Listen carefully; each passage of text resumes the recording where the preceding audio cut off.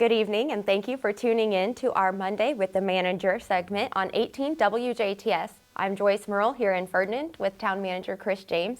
Chris, it's great to see you again. Welcome back to Ferdinand, Joyce. Thank you. It's always a joy to visit Ferdinand. Got some exciting things happening. I know there's fire hydrant flushing going on right now. Yes, it is. We started last week. This is something that communities try to do at least once, if not twice a year, depending on the number of hydrants and schedules and things.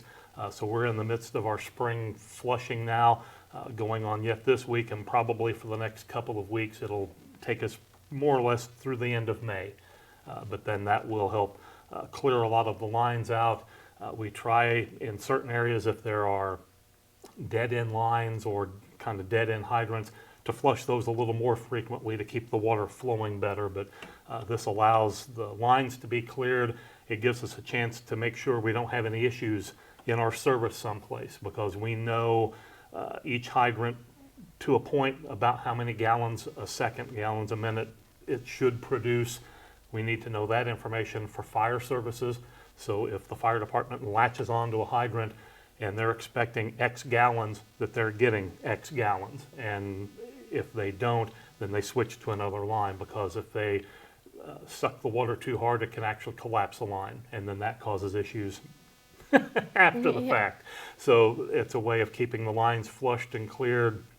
It sometimes will boost the water pressure a little bit, helps improve the water quality. So folks, as we work through town, they should notice a little bit better quality water. Not that it's bad already, but just a teeny bit better going forward here in the month. And again, hopefully there aren't any issues, but if there are, we can troubleshoot, get those repaired before it turns into a big problem.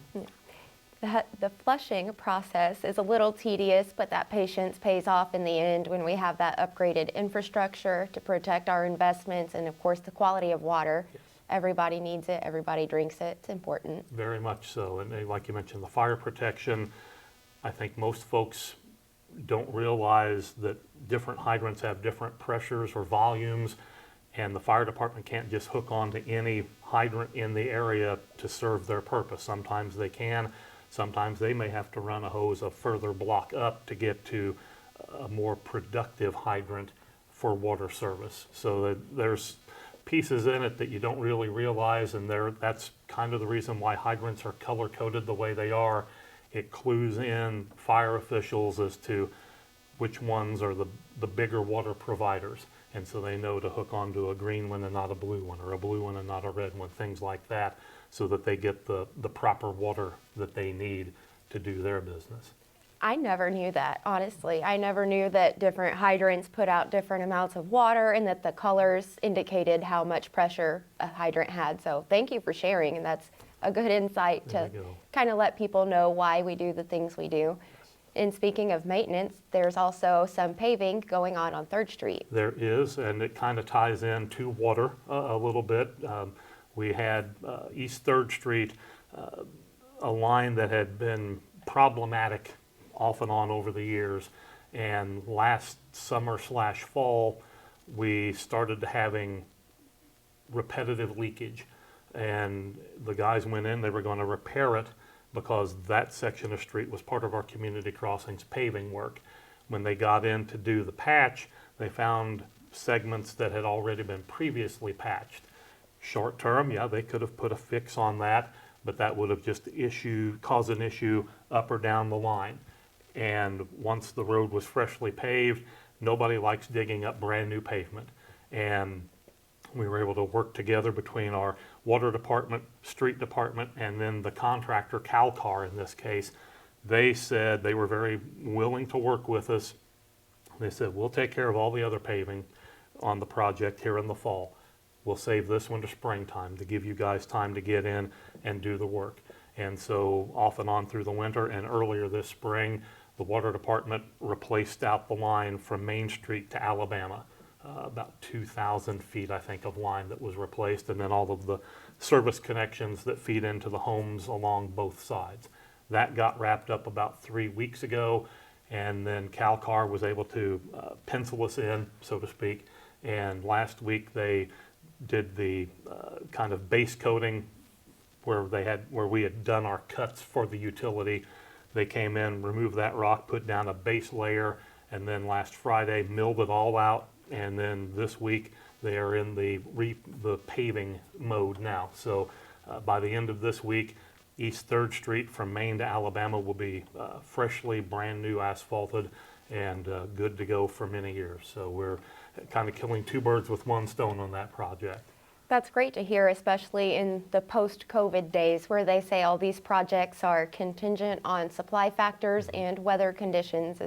It's great when those schedules between different cities and entities can be compromised to get the most effective work done, and in this case, protecting the infrastructure in the streets of Ferdinand. It's worked out well, and we're seeing not quite as much contraction on part availabilities.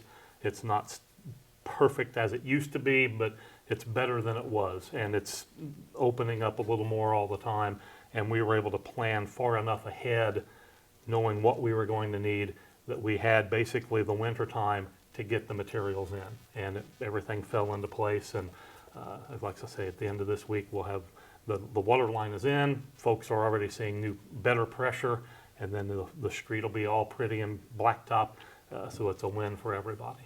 It certainly is. It's something to be celebrated, having a town being managed by someone such as yourself that's forward-thinking to get these issues taken care of.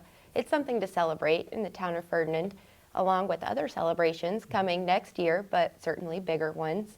The total eclipse, we're in the full coverage path. Yes, we are. And we've been working kind of an internal group about the last 2 months, just kind of brainstorming sessions. We've got a title for it. It's Total Eclipse at the Park. The event will be at our 18th Street Park, which is where we have our folk festival, Hydrant Fest. It's I guess you could say, the big event park in town, non-sport related. And we are in the process of getting food trucks that will be there on that day. It's a Monday, April the 8th of 2024. In some ways it'd be great if it were a weekend. You could kind of plan it even bigger, but the eclipse does what the eclipse wants to do. So we accommodate Mother Nature in this regard, but we're having hopefully a dozen or more food trucks at the park. Going to be a lot of activities for the kids. I believe the schools have already started looking at early dismissals on that day, in part because the time frame of the eclipse will be right when everybody's going home. We're anticipating, because of the path of totality, we're right in it or right on the edge of it. We're expecting a lot of folks in town. We don't have a set number to say we expect X thousand or Y thousand. We don't know yet, and we won't probably know until that day. But we're already starting to plan things out. We've got the parks at 5th and 18th Street blocked out for our usage, for preparation and such, and then on that Monday, plans are right now 7 a.m. to 7 p.m. We're making it pretty much a whole day for folks to come into town, because just because the kids are in school, some people are going to take off work and drive a distance to get to that so they can say, I was there when, and cross that off their bucket list. So we're trying to prepare as much in advance as we can. That way when the day comes, it's just let it happen, and then it's done, and then we clean up after the fact. So we're doing the brainstorming part right now, looking at ideas and functions and things, and we'll continue that pretty well through the summer and probably into the fall, and we'll continue providing little updates to the media, letting them know, okay, we've done this, this, and this, and we're still working on this, that, and the other, and just to let folks know where we are in the process. But looking forward to it. It's not quite once in a lifetime, but it's not a regular occurrence either, so it kind of hits that middle zone a little bit. Absolutely. It's going to be an important part of history, like you said, for all of us. It's not once in a lifetime, but very few times. So being able to plan this far out and get those events set in place makes it to where everyone can kind of sit back and enjoy the day in history. Yes, and again, cross it off their bucket list. I think the next one that is in this area